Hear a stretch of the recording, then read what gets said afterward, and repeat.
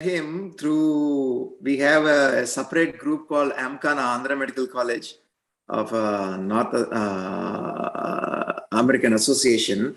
So Andulo, he has been instrumental in conducting Zoom calls almost every day for a long time. And then currently it is once weekly regarding COVID, since the beginning of COVID. Dr. Sudhakar Garu, along with many other eminent people like Dr. Chilimuri, Dr. Kairam, all came together, and I was part of that meeting, those meetings, and they were very beneficial. So thank you, sir, for doing that, and thanks for joining us today. And talking with you the other day brought all my memories back from Andhra Medical College. When I did the medical college there, we spoke about Narayan Rao Garu and other professors. That's great. And Dr. Srihari Garu, always smiling whenever I see him. Such a nice gentleman. And he is one of the key people in IMA, Indian Medical Association. And we are honored to have you, sir, again today to join us. And also say hello to our IMA president, Dr. Jailal, who is probably sitting right next to you right now. Hello to him. And then Captain Krishna Garu, I actually met him through one of the Zoom calls where I was doing some Zoom calls for COVID related issues with patients. And then he was asking a lot of questions. He was concerned about the society. And then, we were able to interact, and I realized that this person is a very good person and has social awareness. And that is how we continued our conversation. And I invited him to join this from the patient side. So, and Gandhi Jayanti Subhakangshalu. Gandhi garu mana patients andarni test chesaru ivala. I think mana non-violent gane then solve cheskunnam. So, first of all, I want to get to the core problem.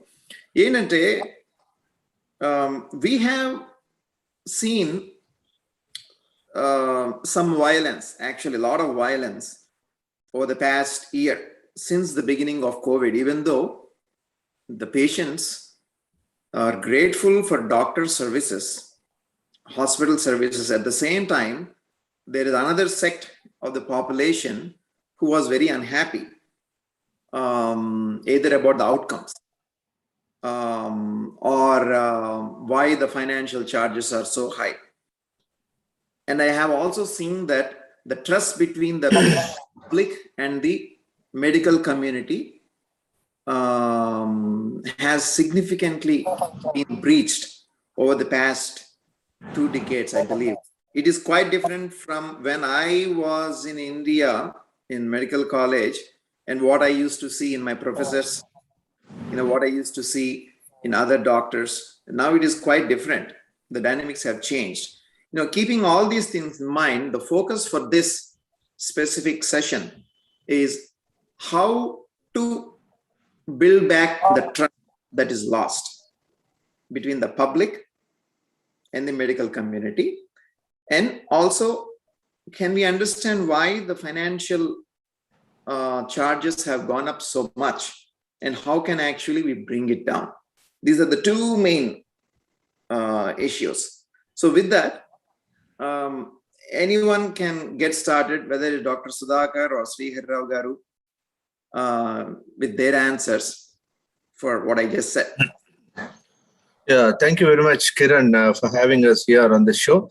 And hello, Srihari, and also Captain Krishna and Lavanya. And it's a wonderful event that you have been conducting for the last many weeks, I came to know.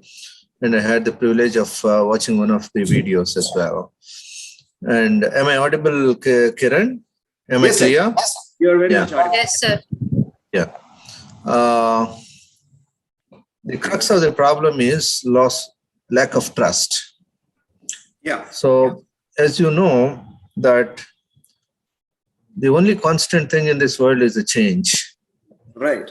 Change has taken place right from in various areas, not only in the medical field, but also in judiciary, in police, in politics, and various other walks of life. However, when it comes to doctors, there are certain expectations of the patients and patients' relatives. They take the change happening in the other fields and they extrapolate those changes onto the doctor and the doctor-patient relationship as well as the treatment policies.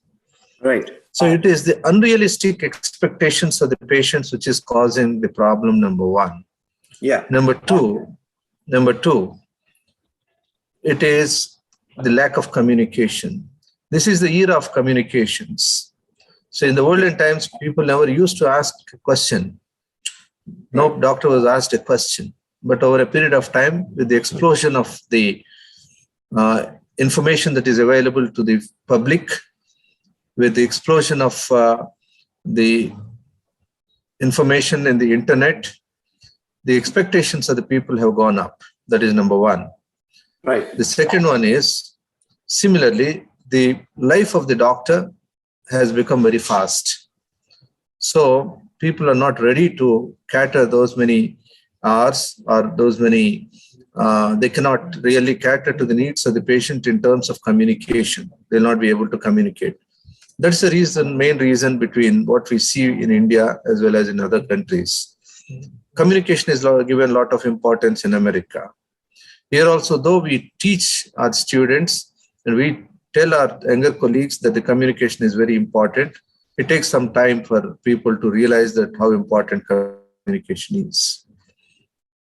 This problem has to be solved, but I'm sure that it cannot be solved forever.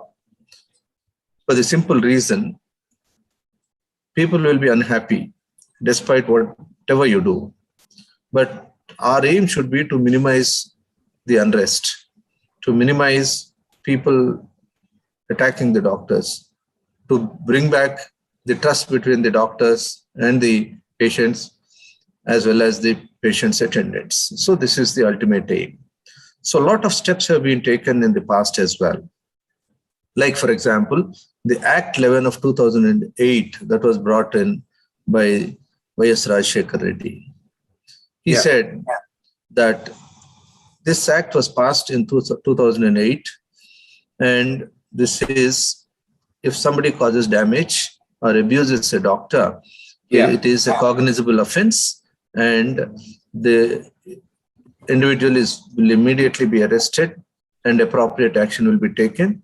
And all the damage that is caused to the hospital because of the vandalism will always be recovered from the individual who has done it. So this has been there. But like any other problem in our society, we have a lot of rules and regulations, a lot of acts. But when it comes to the implementation, it is very difficult to implement. Number one, the implementing authority will not have so much of seriousness as the sufferers, because the doctors are the sufferers here. But the people who are supposed to implement these are the police.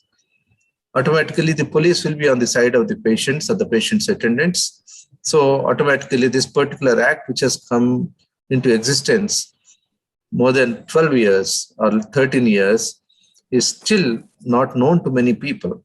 Not only the doctors, but even the police do not know that such an act ever exists. So there is a lot of, there is a requirement of educating people, the police, the judiciary, the doctors, as well as the patient community with regards to this particular act. Because this is a deterrent. This is a deterrent to such eventualities. Like, for example, you have when you compare yourself with the judiciary, let us say. So judiciary, as you know, has got extraordinary powers under the Constitution. We all agree and abide by them. There is a simple contempt clause there. With that contempt clause, people are kept at bay most of the times, and they are not, people cannot go against the judiciary because it has become so popular. It is utilized so widely. That's the reason why people, this judiciary is basically protected. Similarly, for doctors to be protected, basically the law has to be understood by everybody. Simultaneously, the communication skills are to be improved, and also the doctors have to understand that it is 50% of the problem can be solved by properly communicating with the patient and telling everything right in advance rather than taking the recourse of trying to explain them after the adverse event takes place. So that is one very, very important aspect that one has to understand. And of course, despite doing all this, there are many people who are likely to commit the unrest, and these are the people who has to be taken care by the law. So this is preliminarily what I feel, and I'll come back with more as the discussion goes on. I'll come back with more and more of ideas. With regards to the charges that you are mentioning, that these charges are high these days, but when you compare the rest of the world, the charges are still lower in India compared to the other countries. The charges or the medical expenses, the higher medical expenses is highly relative term because you have the plastic surgery being done in the government medical colleges to the corporate hospitals. You have the same services available free of cost, at a moderate cost, and at a higher cost if from the individual's perspective. However, one has to understand where to go, which is the particular hospital which he can afford. So even if one goes to the topmost hospital, the expenses are far less compared to the other professions. For example, recently there was a bill. There was the lawyers were paid by the state government for appearing for 20 times in a court of law to one particular lawyer that has come to some 80 lakhs and odd. That means every appearance of a doctor, of a lawyer, he would get 4 lakhs out of it. That has been paid by the government. Can you ever imagine a doctor charging, even if I operate for 10 hours continuously standing, doing a beautiful microvascular reconstructive surgery, can you ever imagine me earning 4 lakhs a day? Which is impossible. So this comparison, though some people feel is not fair, that happens because we are all in the society and we are equals to the highest paid lawyers. But that can never happen with the doctor. So the charges or the expenses is a highly relative term. And people who cannot afford try to go to a corporate hospital, and later they feel sad for being charged there. And they have an avenue of government hospital which they never utilize. This is a very unfortunate aspect. So as far as the charges or expenses in the hospitals are concerned, I have no inhibition to say that it is not fair. It is reasonably fair in all our circumstances, and it is the consumer or it is the patient or the patient's attendants who has to take the call and go to the appropriate place. Excellent, sir. I think there are a lot of good points that you made. Number one, the cost comparison and comparison to other professions. These are all great points.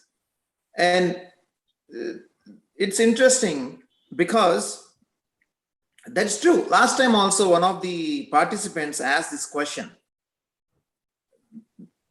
If medical industry is classified not under service industry, but under business, then why can't you charge whatever you want, essentially? Like, for example, if a lawyer charges what they want, if a movie actor takes, crores of rupees, then how is a doctor or a healthcare professional different from it? Why is there this mistreatment?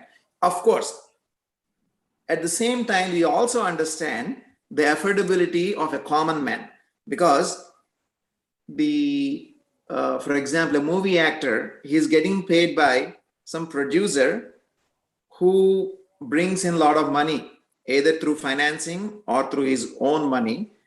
And a very clear marketing is done to promote the movie, to make the money. Even after that, they face so many losses. That is a different issue. But in this situation, as a doctor and in the healthcare industry, it is the common man for most part who has to pay us. And is that the reason why there is so much struggle? That is one question that I have. And I also want to ask Dr. Srihari Garu to comment on what Dr. Sudhakar said. Sir, good evening, everybody, sir. At the outset, I congratulate Kiran Garu. You are conducting the 7th webinar on the Save the Saviors. Today, Dr. Sudhakar sir and Captain Krishna Garu is there. And regarding this expenditure and the payment of the patients, because patients are expecting free from the service from the hospital. They are thinking that the hospitals are the for the sake of the service for the people. But we are paying the commercial tax, commercial current, where we are paying the 16 other taxes also. So it is not possible, because last time Gurwarit sir told, one day one patient admitted in hospital and without treatment he leave next day, he discharged next day, it cost 1.5 lakhs. So it is a very cost effective. Nowadays, earlier olden days, last time I told, it is a simple stethoscope and table and one pen it is required for the doctor. But now it is technically developed. You need all the investigations and equipments and in one room, under one roof. And for that we have to pay, where all the equipments are imported. We are importing everything. We are paying the taxes for that. But that's why it is not patients are thinking that the charges are heavy. But as compared with the previous days, at that time, without diagnosis, they treat the patient longer time. They have to admit in long time and taken treatment.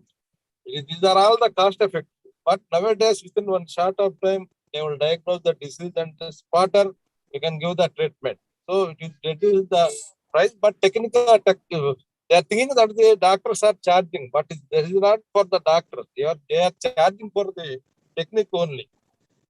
And high charges in hospital, government are paying very less, because they are telling that as earlier we discussed about COVID. COVID government is paying normal patients 4,000 rupees per day, and in case of any requirement in the separate oxygen and all, they are charging 6,000. ICU they are paying 10,000. Because of that, it is not maintainable by the hospitals. That's why they will charge more. Because government, if you ask for the charges for the hospitals and fix up the rates, they are not discussing with the Indian Medical Association, Nursing Homes Association, working for the doctors and the public. But they are not asking them, they are not involving the associations. That's why they are keeping their mind and they are fixing the charges. That is the problem. Patients are thinking that the hospitals are charging, but that is not the right.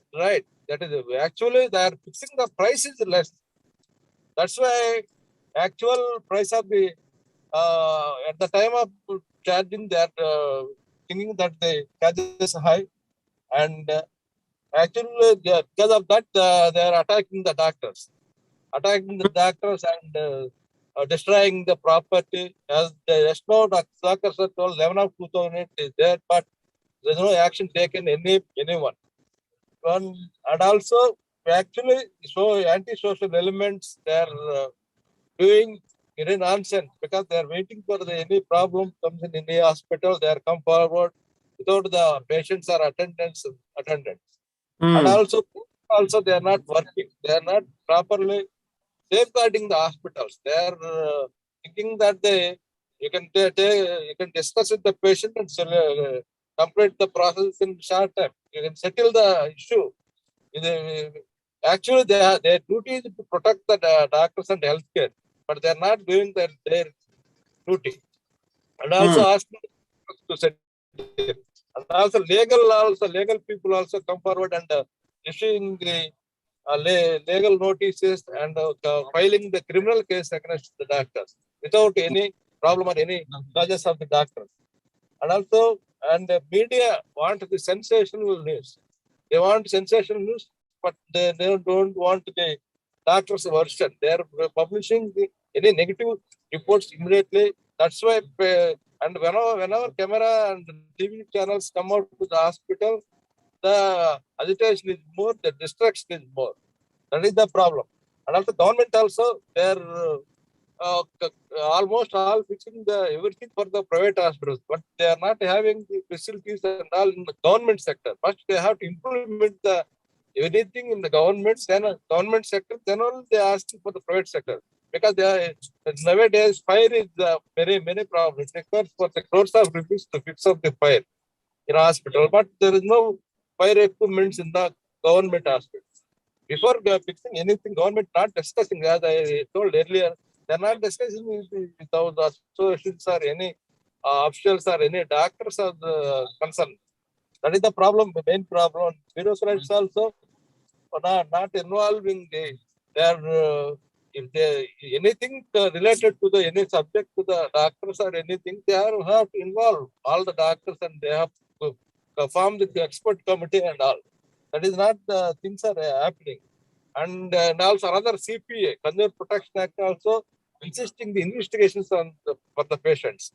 So you have to, earlier headache, you can treat with the tablet, but nowadays it's not possible the doctors to diagnose, treat the patient before, because you have to diagnose the cause, then only you can prescribe the treatment. These are the problems are there, but we are facing a lot of problems. But even though doctors the attacks are going, but for that sake, our doctors has to know their things, because the trust is required for the hospitals. But we are lacking that trust because people, media, and government also lack the trust on the doctors and all. Because there's some problems is there. The doctors also taking the treatment. During treatment, you have to concentrate on the patients and communicate properly and take care of the patient and attention required for the patient. If you have any emergency or you don't have time, you tell the patient and do examine after some time. That may be acceptable. But and also defensive practice, mainly defensive practice in case of any emergency, they are referring the cases to the longer and higher centers. And that is during the travel time also patients are dead. That may cause the attacks on the hospitals. And some hospitals are not accepting checks or any insurance policies. And some hospitals are not admitting the patients if they have the insurance or the RX3. Sometimes they refuse the admission. That may be sometimes they are the causes for the attacks. And also investigation. There are limitations you have to explain the patient. The expectation and limitations is there. If you advise for the ventilator and ECMO, you have to inform the patients about what the cost and what is the final outcome of the patient. These are the things are there.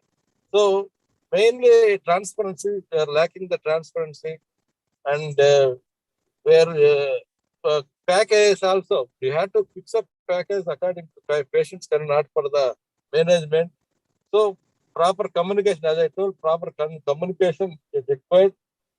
And generally, the generous people wants the money, quick money. They want that is the problem. And the language you have to use. All the people are speaking in Telugu, but they were not communicating the patient properly.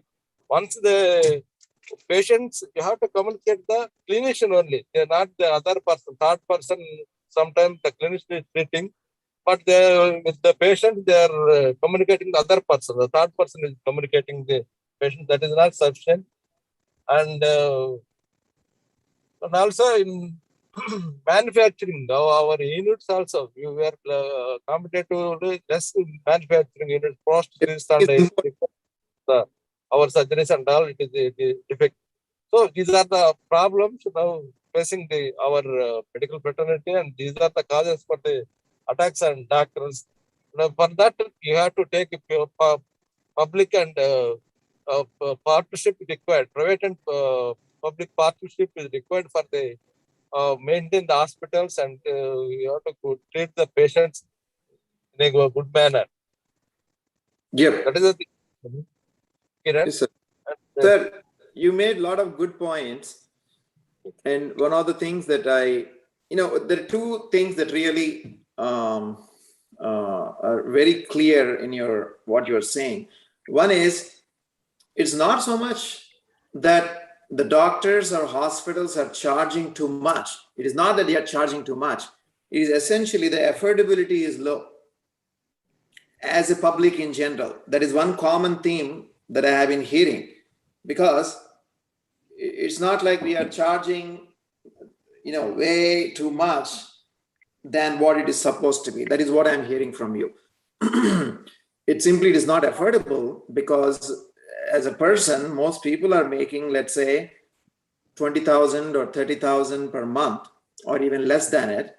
Then they can't afford 1.5 to 2 lakhs per day in a corporate hospital. At the same time, you also made another point that in the government sector,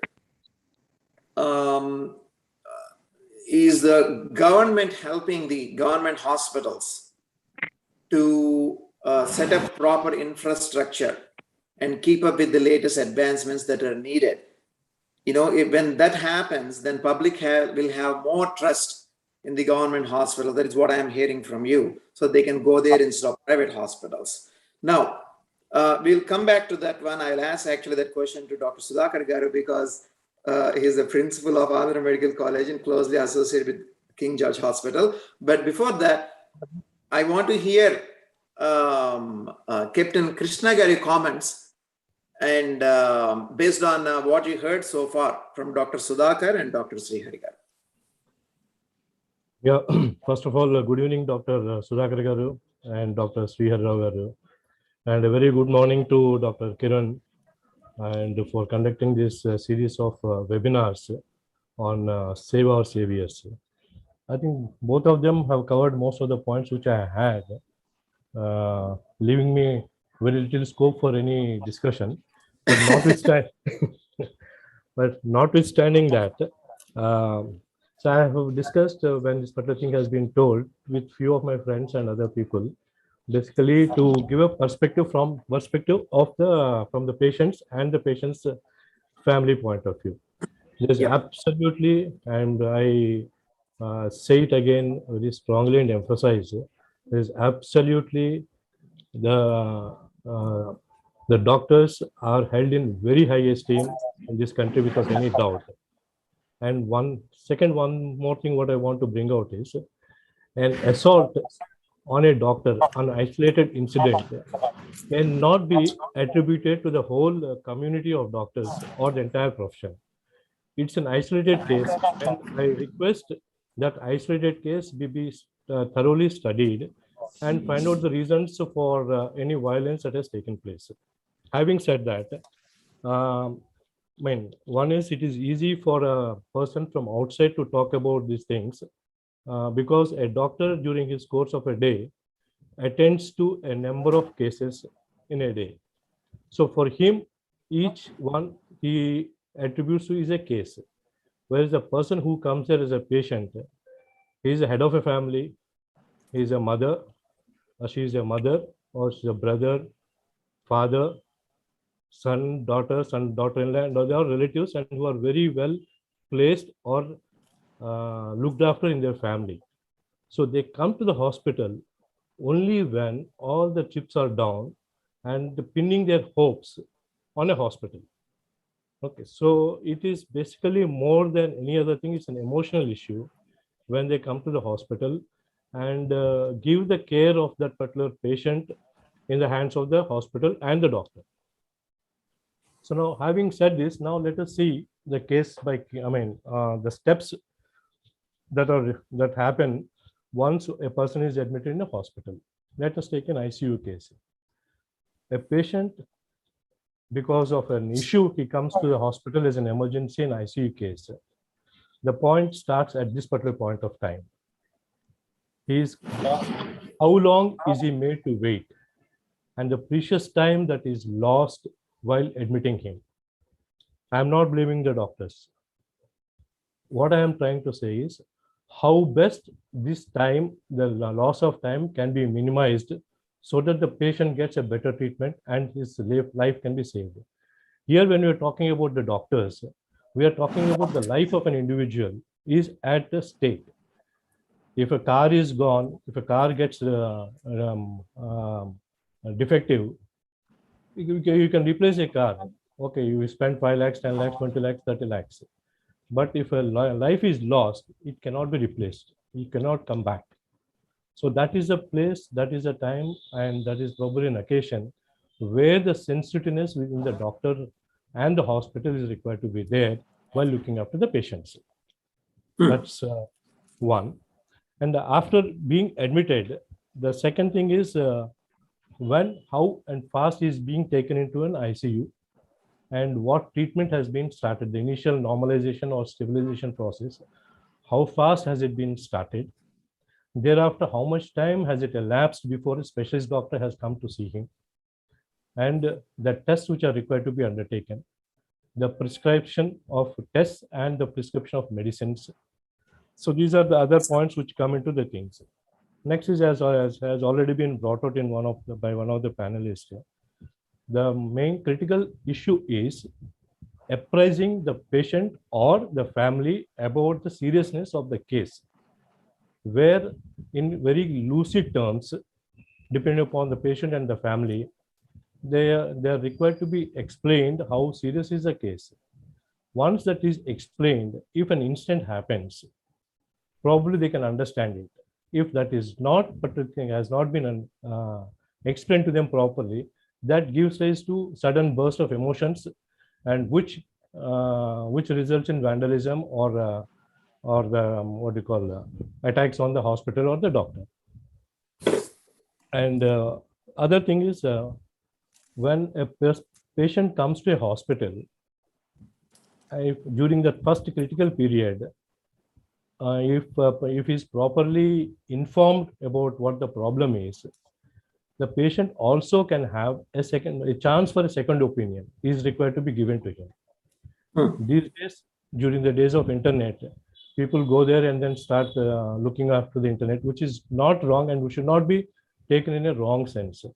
Because by doing this, he is taking some information, but definitely he is not capable or he is not as knowledgeable as a doctor.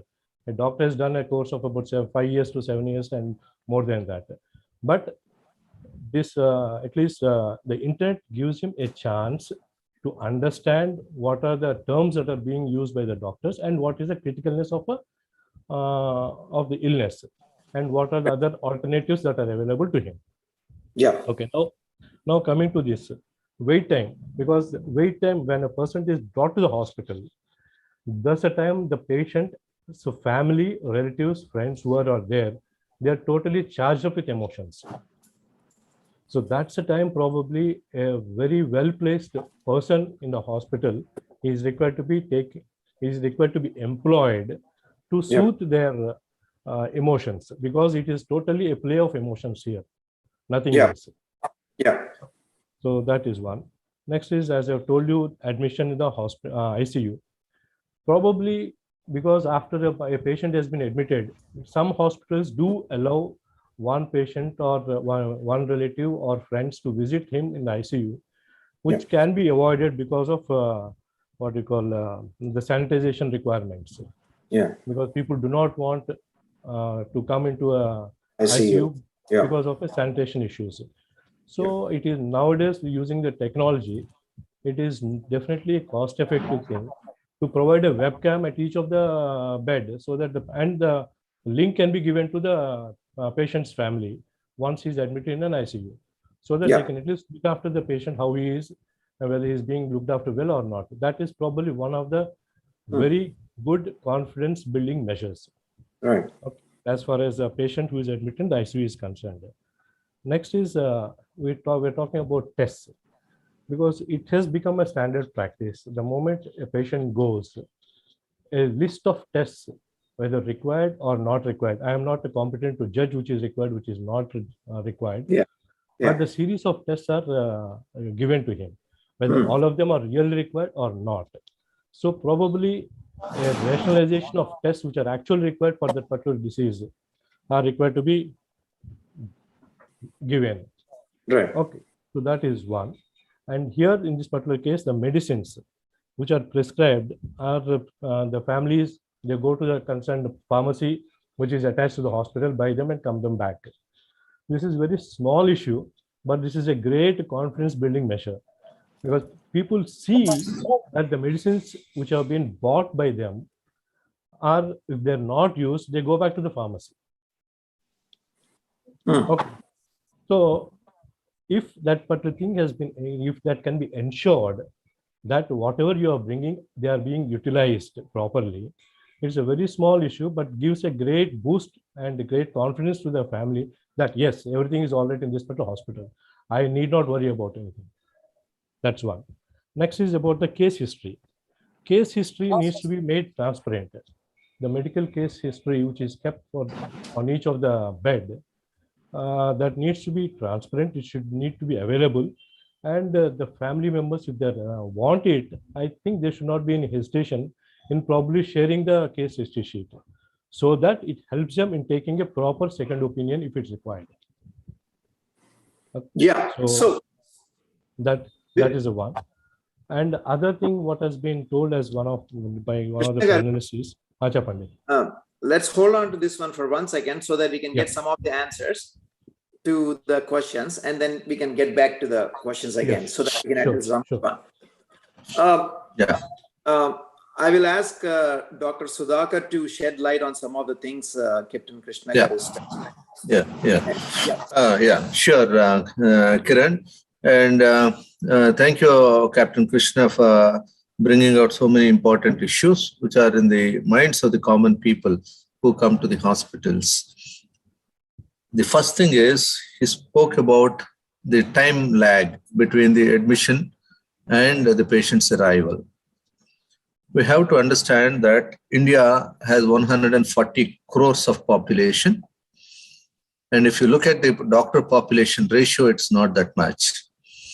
When somebody is not admitted on time, the patients also should understand what the doctor was doing inside. When I have a lot of experiences wherein the patient is interested in only himself. He is not interested in the neighbor. However serious or sick the neighbor is, and the doctor is attending on him. It is a very common scene for us in the emergencies, where the person with abrasions, simple abrasions, will be making a lot of creating a lot of problems there, rather than a patient who is unconscious. And the doctor naturally goes to the unconscious patient and tries to revive him. And because this is very innocuous. And to make that gentleman understand that what his problem is not so severe or serious is not possible for the paucity of time. Because the number of patients that you see in India is far more than what you see in the other places. It's very nice to talk about counseling the patient, talking to them repeatedly, spending a lot of time. When you are seeing 10 patients a day in America, you'll be seeing 100 patients in India. But the doctor in India and the doctor in America will have the same 24 hours a day, unfortunately. So that's where the doctors are in India are in a disadvantageous position because of the population. You cannot reduce the 140 crore population to 40 crore population overnight, nor it would never happen. On the other hand, you have to increase the doctors. That also would not happen overnight. But the expectations do take place overnight, unfortunately. So at this moment of time, when the people's expectations are very high, like through the internet, through the Googling he was telling me. So it takes away a lot of our time, because if I have to answer a person who comes with a background knowledge from the Google University, I would require a lot more time than I tell a patient without that, because he does not stop. He doesn't know where to stop asking questions. He keeps on asking questions. Sometimes he even show you some of the good results that have been published in the internet. He would not talk about the worst results. He will not talk about the complications. The third one is, he would always, being a plastic surgeon, I have the experience of people asking me to make somebody like a film star. They'll come out with a magazine. If you can assure them that you will be making, you're a good doctor. Otherwise, you're a bad doctor. As simple as that. So with experience of over 30 years in the medical field, I always feel sad sometimes that why am I working? Yeah. Though we try to do our best. And the time lag is not entirely dependent on the doctor most of the times. If somebody is sitting quiet and not doing anything and not admitting the patient, has to be penalized. That is quite understandable. But 90% of the times, it is the lack of time. Time 1 minute. is the, yeah. Doc, 1 minute. If I can interrupt you for a minute here. Yeah. What you said is absolutely right. Here we are looking at the doctor per se and the hospital administration per se. These are the two aspects which come into picture or which come into the role for this particular issue.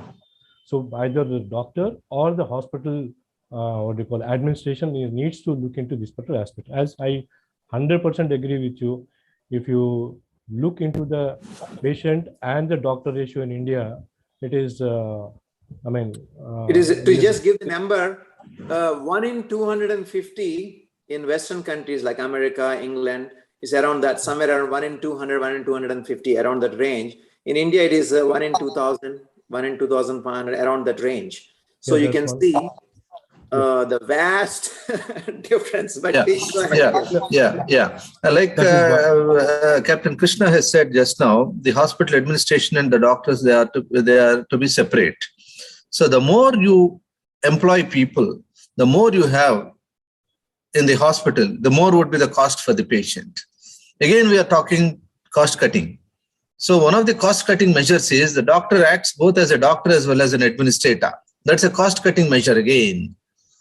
So if you have to have the administrator altogether separate, that basically means that you have to put all those on the patient himself. In a country which spends 0.8% of the GDP on the public health, and in a country where the expectations are skyrocketing on par with the Western world, how can we match these two? We are in the lowest 4 countries of spending as far as the health is concerned.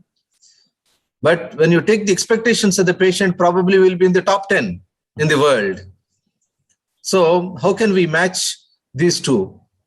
That is something which we cannot even imagine. So we'll have to understand that the pricing is in accordance with the services that are available. And in a medical OP in King George Hospital, a doctor looks after 100 patients, which is in about 3 or 4 hours, which is a crime if it is done outside this particular country. But they're hard pressed.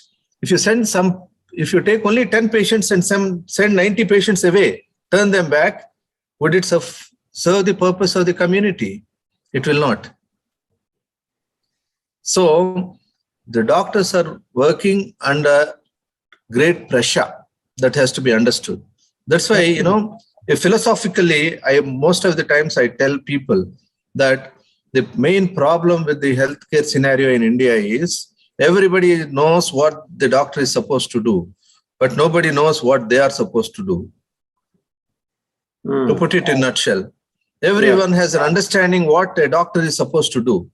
If you ask them to write about the doctor, what are the responsibilities of the doctors? They can write pages together. The moment you give them and ask them what are your responsibilities, nobody cares. They do not understand. Yeah. So that is the crux of the problem. That is the crux of the problem, I always feel. And at the same time, in the same voice, I wish to say that just because people do not know what they are supposed to do, we cannot leave it at that point. We should always try to improve the situation at every point. You may say that, just because people are not responsible enough, are we going to leave them like that? No. Still, there is a scope for improvement.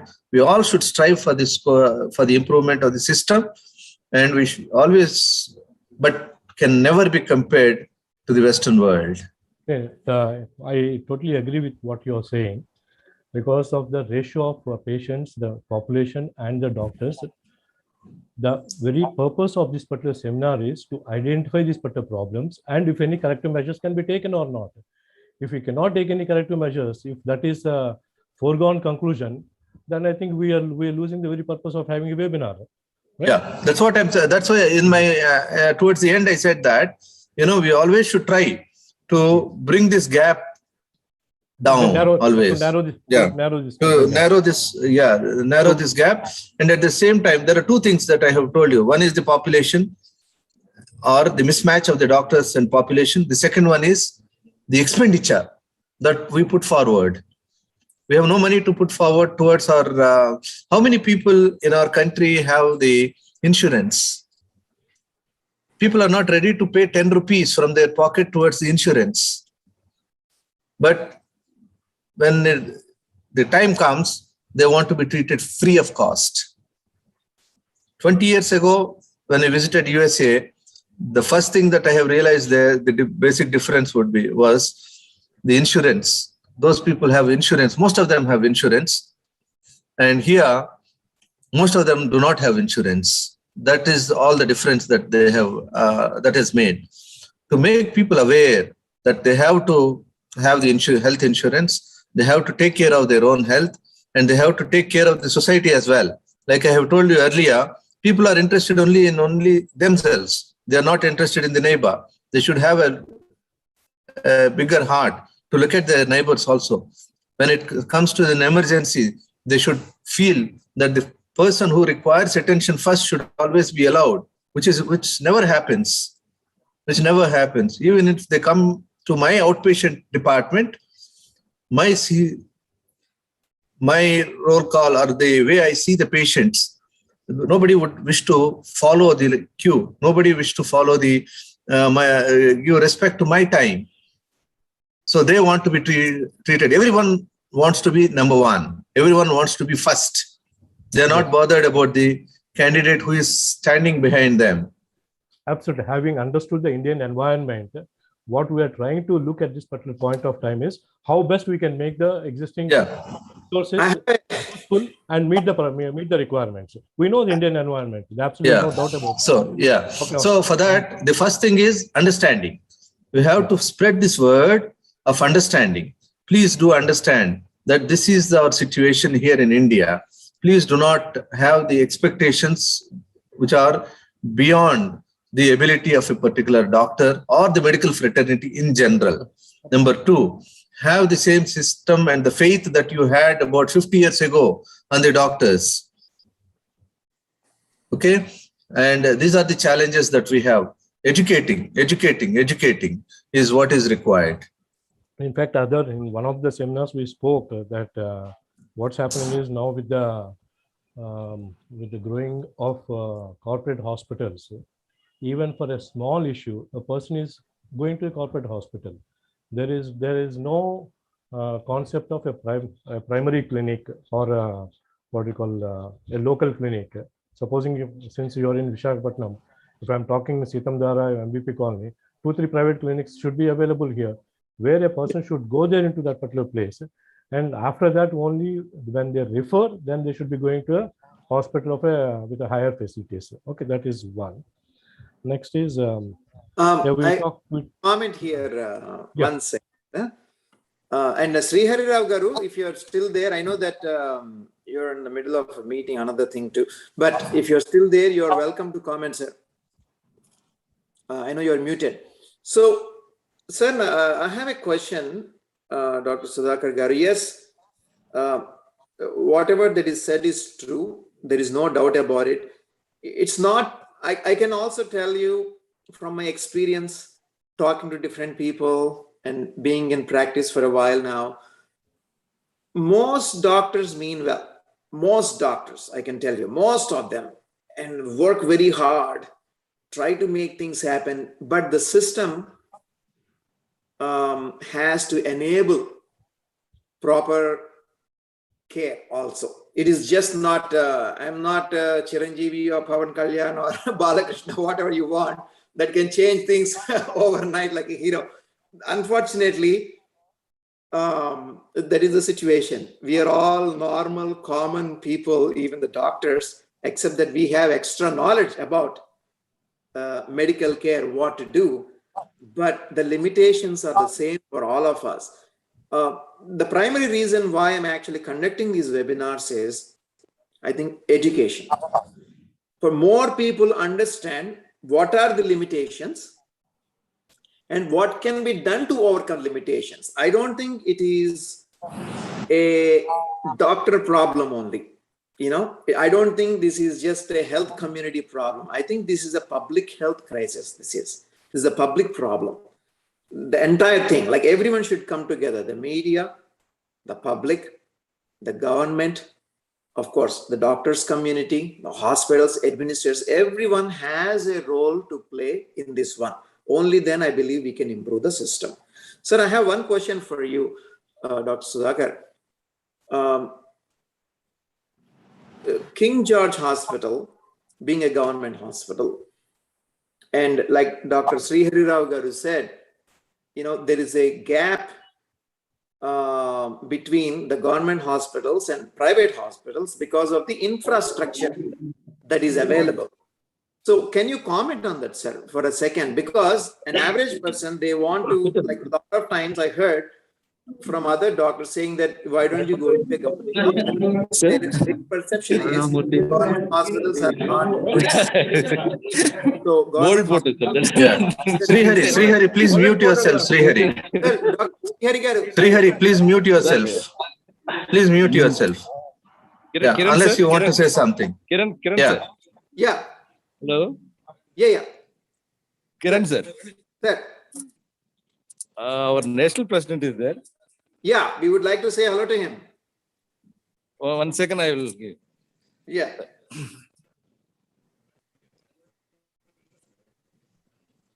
This is Kiran from ES. Last time we attended. Hello. Hello, Dr. Jaila. How are you? Yeah, we are meeting here in Visakhapatnam. So just Right. thank you. Nice. Dr. Srihari. Our national secretary. There. Good to see you. Yeah. Hello, Dr. Jaila. Hello. Yeah. Hello, All sir. the best. Good. Thank you. Thank Yeah. you. Thanks Yeah. so much. Okay, sir. Kiran. Yeah. I am Yeah. leaving, sir. Please carry on, sir. Yeah. Thank you, sir. Thank you Sudhakar, for your sir. participation. Yeah. Okay. So, sir. Yeah. Dr. I got it. Kiran, you asked me. Yeah. You asked me about the facilities in the government hospital versus private hospitals. Right. Okay. Yeah. Again, here, let us say, if you are provided 100 rupees to a government hospital, you are expected to see 100 patients. In a corporate hospital, you spend 100 rupees and you see 10 patients. That means you are distributing 10 rupees to each patient. Yeah. That is, as to put it very simply. Okay. Here, the requirements in the government hospital are higher because of the higher patient turnover. But the budgetary allocation is limited for the reason that the government do not have enough money. I do not want to blame the government because government will have its own priorities. Priorities in terms of education, health, other agriculture, so on and so forth. And of course, the welfare schemes. So if you put the budget, government budget that is given to the private hospitals and compare that with a corporate hospital, looking at the number of beds that they have, you know that the King George Hospital has about 1,500 beds now officially, but unofficially you have some 2,200 patients every day.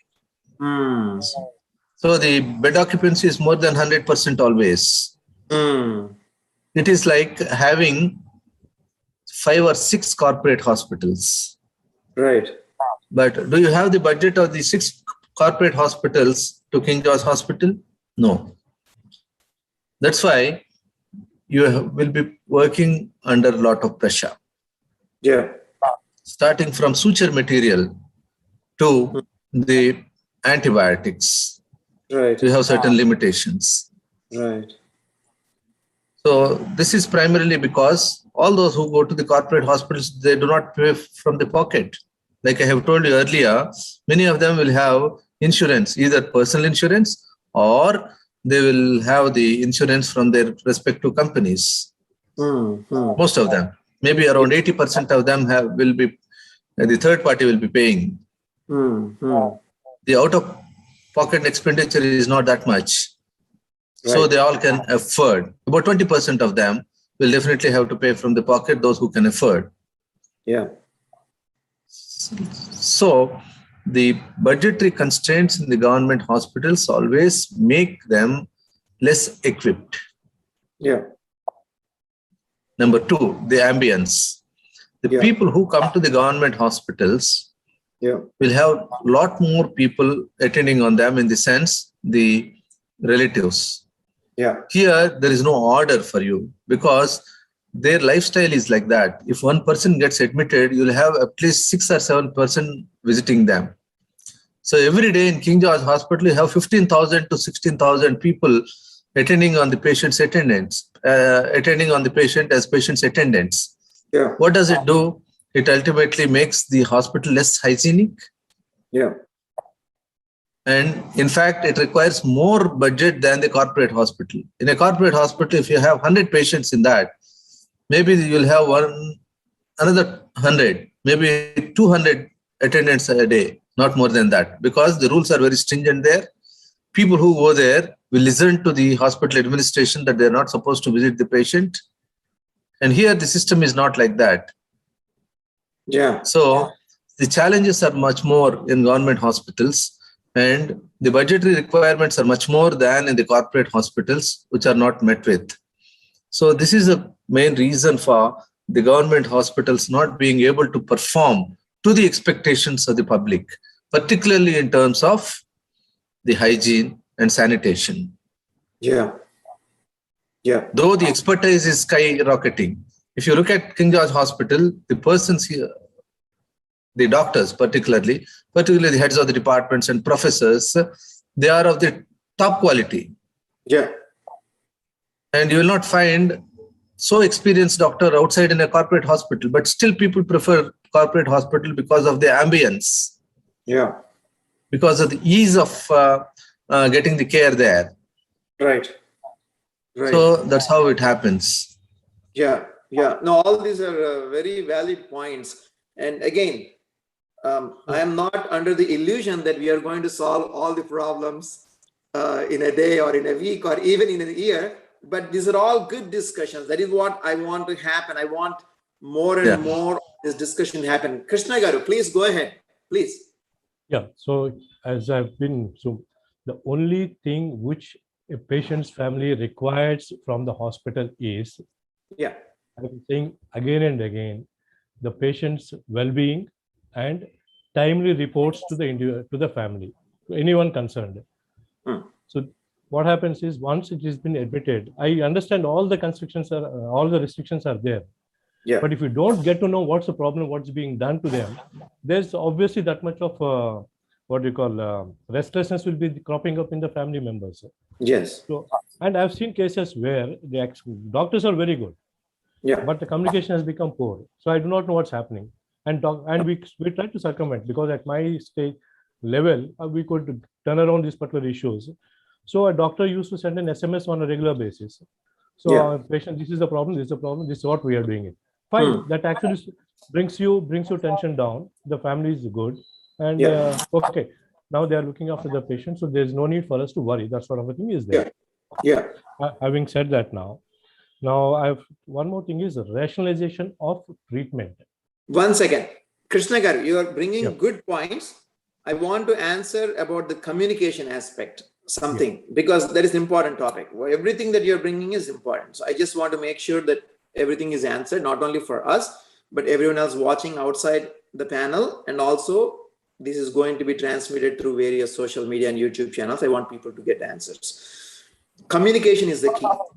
Without any doubt, I think 80% of the problems in this world can be solved by proper communication, whether it is husband and wife, whether it is boss and employee, whether it is patient and doctor. But communication is a two-way street. It is a two-way street, always. And in a lot of relationships, what I notice is either this person is not saying anything or not saying things properly, or this person is not understanding, no matter how much this person is saying. The problem is on either side, often. Okay. Now, coming to the healthcare sector, what I notice is, and I can tell you honestly, even coming from now, America, where I am practicing now, even here, communication is a problem. There is a communication lapse between doctor and doctor. There is a communication lapse between doctor and patient. There is a communication lapse between the medical system and other different parts, like the nurse or the consultant, different things. So that is a core issue. That is a core issue even in America. Okay. In India, I believe the problem is compounded by the fact that the lack of time. But that should not always be the excuse, lack of time, in my opinion. Okay. A cognizant doctor, a conscientious doctor, even though he's trying his best, because of lack of time, all these things happen. But I think there are certain things that we as doctors in general, even here I'm talking about, not just in India, can learn to enhance the communication. That is a skill that needs to be developed. And unfortunately, that is a skill that is not taught in school, in college, in medical college, even after you get to work. This is something some doctors develop by their self-effort. How to do, like in 1 minute, they could communicate what they need to and somehow calm down the situation and then make people feel at ease. And I agree with you, that needs to be focused upon. And in my opinion, in India, in America, wherever it is, separate communication related classes to be held right from medical college. That is very important. Number two reason for lack of communication, even from very good doctors, a lot of times is, apart from time issue, they are stressed, they are under pressure. They want to say something, they care about the patient, they even think about sending you a text message, but they are distracted by something else, So the pressure under which they constantly, a lot of doctors, a lot of engineers, a lot of people in general, we are not taught how to handle pressure. We are not taught how to handle stress. So the another thing that I equally propose, whether it is medical college or corporate hospital, wherever it is stress management. How to be calm, because when your mind is calm, you could multitask and still not be making mistakes. When our mind is restless, we can't even focus on one thing properly. We get easily distracted and we miss things, we make mistakes. So these are the two comments that I have on this issue of communication, how to improve them. Yeah, may I interrupt here? What you said is absolutely right. Very good professionals lack communication skills. Yeah. I mean, to a large extent, if we can talk in general, very good professionals, they lack communication. So what is required is take the load of them. the load of communication needs to be taken away from them. That is not possible. How? You would ask The- for another 50,000 rupees per day because even in America, I know we live in an ideal world. Krishna Garu, you, me, Sudhakar Garu, we all know what needs to be done. But practically when it comes to it, for example, even for myself, right, I'm busy doing things and I want someone else to communicate on my behalf to the patient, Exactly. right? To some extent that may solve the problem, but not always. But I think that is to be considered. I understand. Now, as you said, out of 10 patients, Yeah. probably where the doctor's direct interference may be required, may come down to 1 or 2 patients, may Yeah. not be for all 10. Yeah. At least for other not very critical or serious situations, probably an offloading of communication may help. Maybe this is a point for consideration. Sudhakar So- Garu, you want to say something about it? That is an important point. Do you want to comment on that one? Yeah. And yeah, definitely. Right in the beginning, in my opening remarks, I spoke to you about the communication. Communication is the key. Communication is very, very important. There are no two opinions about that. Yeah. Here, I'll have to Yeah. differ with Captain Krishna in one aspect. Yeah. Every patient wants to be communicated in Indian scenario by the doctor himself. Now, if I say that you're okay, that's why I don't speak to you, would not basically satisfy him. If I have 10 patients, all my 10 patients expect me to talk to them. So that is an inherent quality of any patient. So there is nothing to feel sorry about that. But at the same time, the clever doctor will usually try to distribute the time in such a way that wherever it is necessary, he would spend a little more time. Wherever it is not necessary, but he takes care of every patient, communicating with every patient to the extent possible, to the extent needed. So communication is very, very important. I fully agree with you. Like you said, all the problems, 80% of the problems can be avoided by properly communicating. So at this juncture, I wish to tell you something. Now that the National Medical Commission has come out with a different teaching pattern, what is known as competency-based medical education. We are all teaching our students in this. This has come into work since 2019. Yeah. And here, there is what is called AET-COM. That means Attitude, Ethics, and Communication. We take a class every week, starting from the first year MBBS, because this has been realized by the National Medical Commission, the erstwhile Medical Council of India also, and thought that we should have a specific time for teaching the students of the attitude, ethics, and communication, because these three are very, very important for individuals when they go into the practice. So every Saturday, we teach them about this. Not only teaching, it is not a didactic lecture. So we will give them a lot of exercises. Like, I'll give you one example. If an adverse event has to be broken, if a sad note needs to be broken out to the patient, how do you deal with that? So this is an exercise that is given to the individual. Initially, we teach. Later, we give an exercise. We give case scenarios that this is what has happened. How do you deal with the patient's attendance at this point of time? Yeah. So this is an integral part of the medical education now. Yeah, that's good. Fortunately. Yeah, I think it takes a few more years for the fruits to be reaped. So this is something that is, I think, a welcome gesture. And let us see how it works out.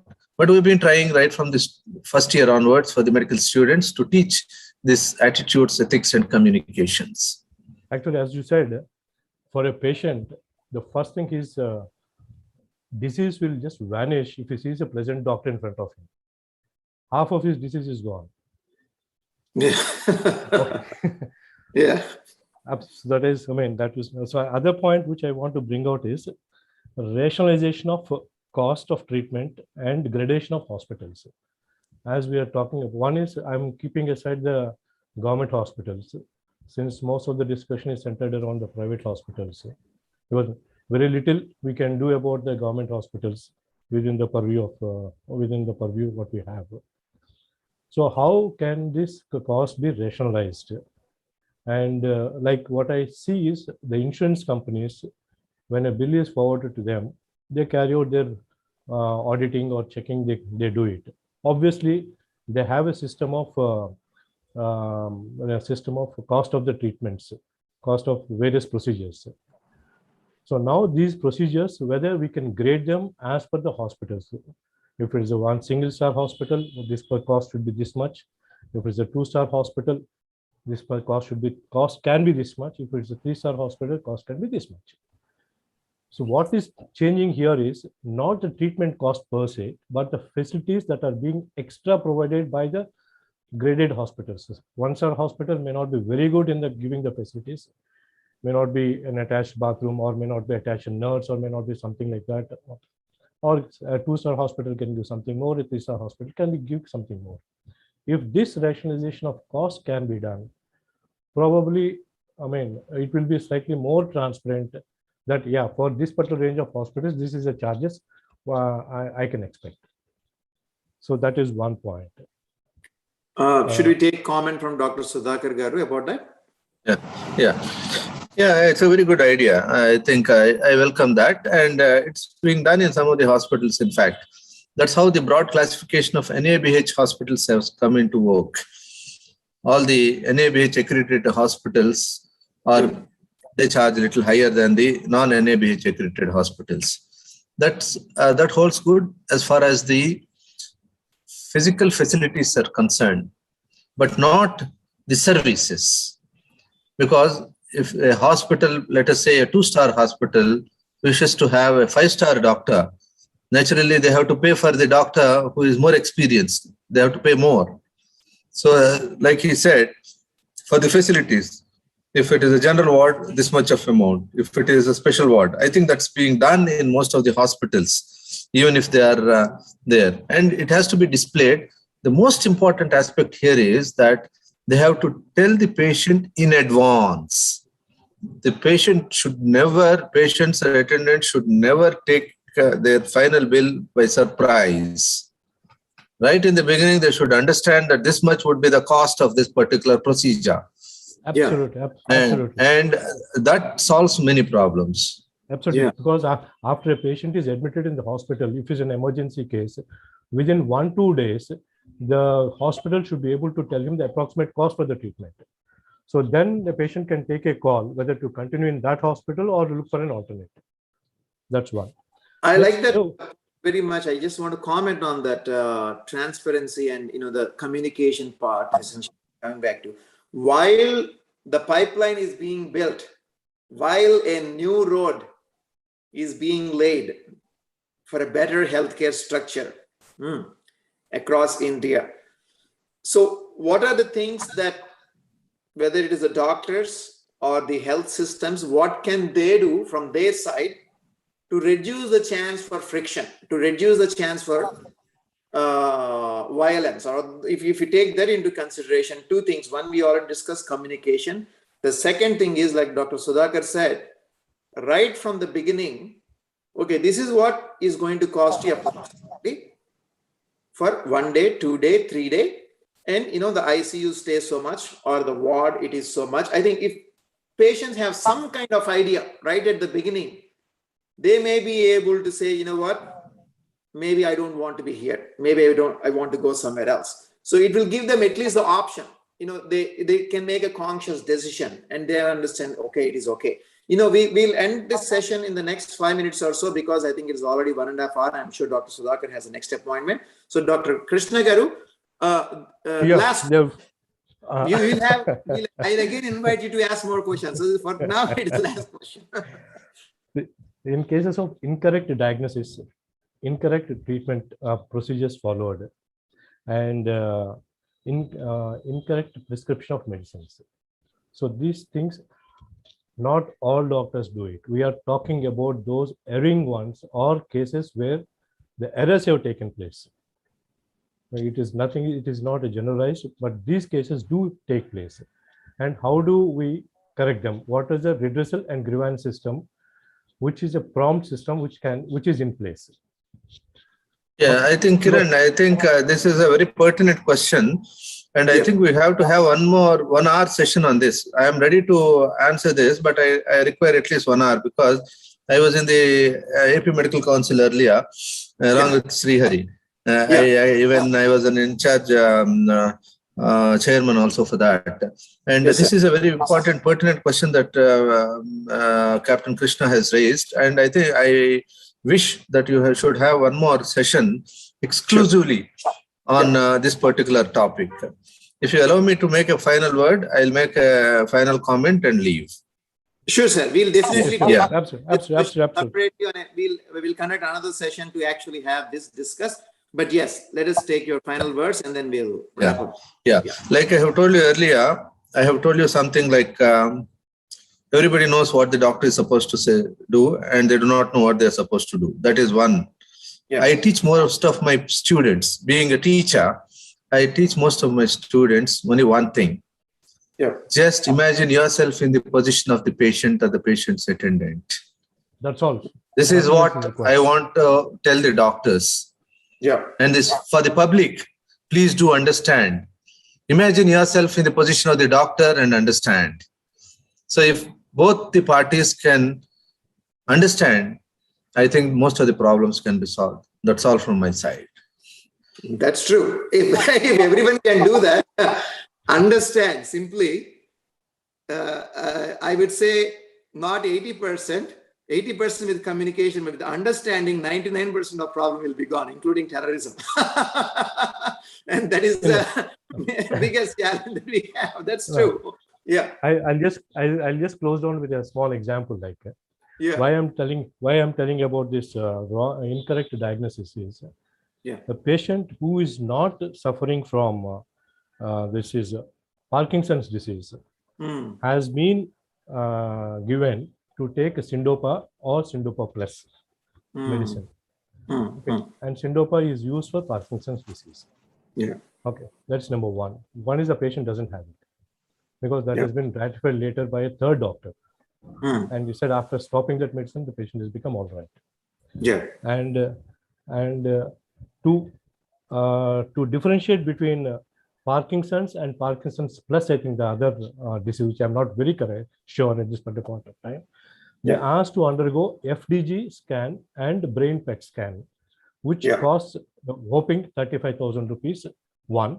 And number two, it takes a patient at least 12 hours of sitting for that particular procedure to complete it. When a patient comes to a hospital, Kiran, we can answer all these queries in the next session that you are planning. Yes, absolutely. How about we do that, huh? Thank you. Definitely, sir. I can answer all those questions. No problem. He will be Captain Krishna Garu. I will again invite you, and I'll again invite Dr. Sudhakar Garu, and then we can have a non-rush discussion about other questions also. How about that, huh? Okay. Right. Okay. Good night, Dr. Sudhakar Garu. Thank you, sir. Thank you. Good night. Thank you. Thanks for a lot of good points made by you. I really appreciate your time and your expertise.